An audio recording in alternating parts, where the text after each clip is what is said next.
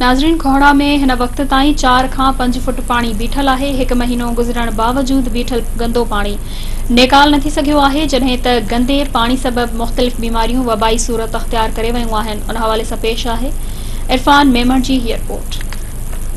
इन वक्त मां खोड़ा जे मेन स्टॉप ते मौजूद आहियां, जाते तक़रीबन 4 खां 5 फुट पानी बीठो आहे।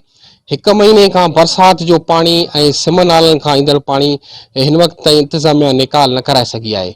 मुसलसल हिते कारोबार बंदि आहे, माण्हू हितां लॾ पॾाण करे हलिया विया आहिनि ऐं इन बीठल गंदे पाणीअ जे करे मुख़्तलिफ़ बीमारियुनि पिणु मुंहुं कढियो आहे।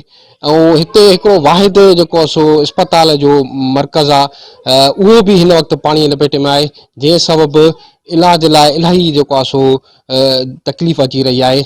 अचो त हिते जेके मौजूदु मुतासिरीन घर वारा आहिनि या दुकानदार आहिनि उन्हनि सार लदो महीने का मुसलसल बरसात जो पानी जेको अहमदपुर का कटन में पानी आयल असांजे खोड़ा शहर के गरीबाबाद वाले खास इलाके के पुलिस स्टेशन BSU खोड़ा टाउन कमेटी मेन बाजार मार्केट जेको मुसलसल 1.5 महीने का पानी की लपेट में है।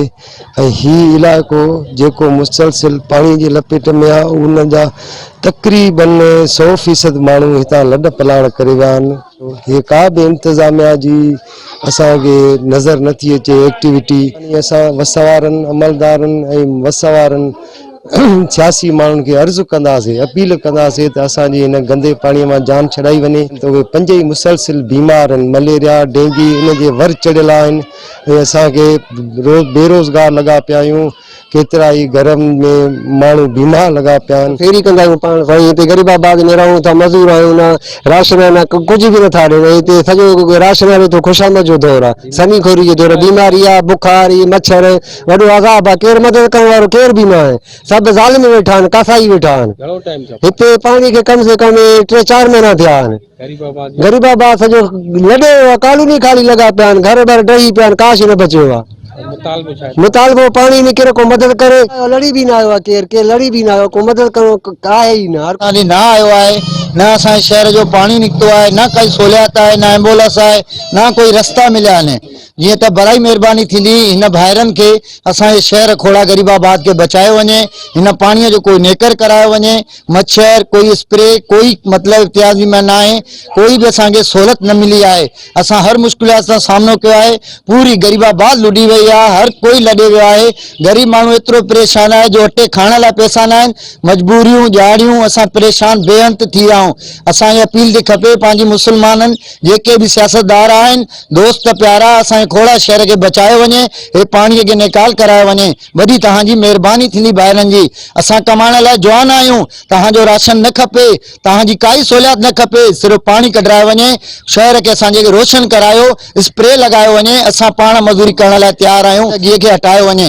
वॾी बीमारी आहे, जीअं त असांखे डॉक्टरनि जी कोई सहूलियत न आहे। जीअं डॉक्टर गॾु खपे, सिर्फ़ु असां म्याजन न ॿुधायूं पर असां सां गॾु उजण बिरादर जा तक़रीबन 17 ॻोठ खोड़ा खां वेंदे गंबड़ ताईं ॿुधा आहिनि।